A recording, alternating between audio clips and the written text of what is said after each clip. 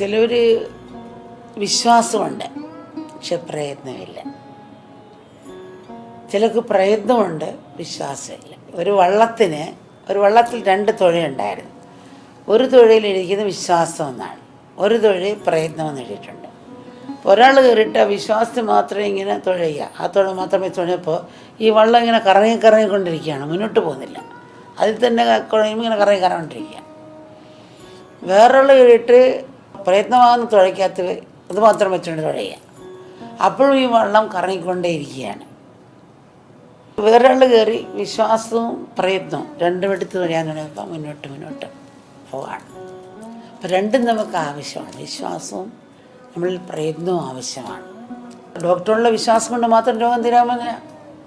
മരുന്ന് കൂടി കഴിക്കണം, പഥ്യം ഉണ്ടാകണം. ഷുഗർ രോഗി മരുന്ന് കഴിച്ചാൽ മാത്രം ഷുഗർ തീരത്തില്ല, പിന്നെ പഥ്യം കൂടി വേണം.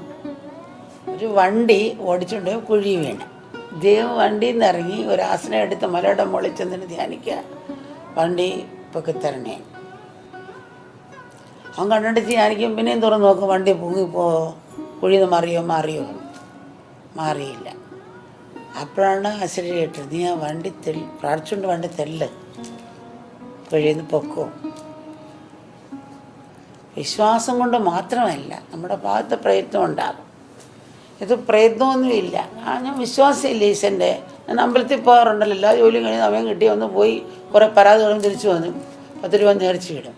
കണ്ണ് കാണാത്ത ഈശ്വരന് 10 രൂപയുടെ എണ്ണ കൊണ്ട് കണ്ണ് കാണട്ടെ, ചെവി കേൾക്കാത്ത ഈശ്വരന് 10 രൂപയുടെ വെടിക്കെട്ട് കൊണ്ട് ചെവി കേൾക്കട്ടെ, ചെവി കേട്ടിട്ട് എനിക്ക് കാര്യം സാധിച്ചു തരട്ടെ. ഇതാണ് നമ്മളുടെ വിശ്വാസം. വേണ്ടെന്നല്ല, ആ പൈസ കൊണ്ട് അത്ര പേര് ജീവിക്കുമായിരിക്കും, അതൊരു ദാനമാണ്, പോട്ടെ. പക്ഷേ നമ്മുടെ നല്ല പ്രവൃത്തിയാണ് നമുക്ക് വേണ്ടത്. അല്ലോ ഈശ്വര, എൻ്റെ ചിന്ത കൊണ്ട്, നോട്ടം കൊണ്ട്, സ്പർശം കൊണ്ടും ആർക്കും ഉദ്രവില്ലാത്ത മനസ്സിനെ തരണേ എന്നുള്ളതാണ്. അതാണ് ശരിയായ പ്രാർത്ഥന. അവിടത്തേക്ക് നമ്മൾ ഉണരണം. അഹങ്കാരമില്ലാത്ത പ്രയത്നത്തിലാണ് ആ കൃപ വരുന്നത്. നമുക്കല്ലാത്തൊരു കർമ്മം, അതാണ് നമുക്ക് വേണ്ടിയുള്ളത്, അതാണ് ഒഴുക്ക്, അത് നമുക്ക് വേണ്ടിയുള്ളത്. അതായത് നമ്മൾ വിത്തുണ്ടെങ്കിലും മരുഭൂമി കിടക്കുന്നവരാണ്, അല്ലെ പാറപ്പുറത്തിരിക്കുന്നവരാണ്. അപ്പോൾ ആ വിത്ത് മുളയ്ക്കാൻ കാരുണ്യത്തിന് ജലം വീണാലേ മുളയ്ക്കുള്ളൂ. അപ്പോൾ കാരുണ്യം വരുമ്പോഴാണ് നമ്മളുടെ വിത്ത് പൊട്ടുന്നത്, ആ ജലം പൊട്ട് മുളയ്ക്കുന്നത്. അപ്പോൾ ആ ഒരു ഭാവമാണ് ശരണാഗതിയോടുകൂടി, ആ ഒരു കാരുണ്യത്തിൻ്റെ ഭാവം. അപ്പോൾ എല്ലാത്തിലും കാരുണ്യത്തിലാണ് പ്രപഞ്ചം നിൽക്കുന്നത്.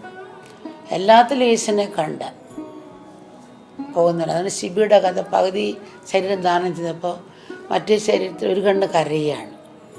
ഇത് പകുതി ശരീരം കൊടുത്തുകൊണ്ടാണ് അങ്ങ് കരയുന്നത്. അല്ലല്ല, ഇത് കൊടുക്കാൻ എനിക്ക് സാധിച്ചില്ലല്ലോ എന്നാണ് കരഞ്ഞത്. എന്ന് വെച്ചാൽ രണ്ടില്ല, ഒരാത്മാവേ ഉള്ളു. തന്നെ പോലെ മറ്റുള്ള കണ്ട് സ്നേഹിക്കുക, സേവിക്കുക, ആ ഒരു ഭാവത്തേക്ക് ഉണർവ് എഴുന്നേൽക്കുക. ഇങ്ങനൊരു തത്വത്തിലേക്കാണ് ഗുരുക്കന്മാർ ജീവിക്കുന്നത്. വലതയിൽ വേദനിച്ച് ഇടതയിലിടുന്ന പോലെ തൻ്റെ വെല്ല് കണ്ണിത്തിട്ട് വെല്ലേയും കണ്ണിനെ ആശ്രയിക്കും. തൻ്റെ കണ്ണ് തന്നെ വെല്ലാകുമ്പോൾ പിന്നെ വെല്ലിനെ കുറ്റപ്പെടുത്തി തന്നെ വെട്ടിക്കളയാൻ പറ്റത്തില്ല. രണ്ടിനെ ആശ്വസിപ്പിക്കുന്ന പോലെ മറ്റുള്ളവരോട് ക്ഷമിക്കാനും മറക്കാനും പൊറുക്കാനും, അതാണ് നമ്മളെ മുന്നോട്ട് ഗമിക്കുന്നത്.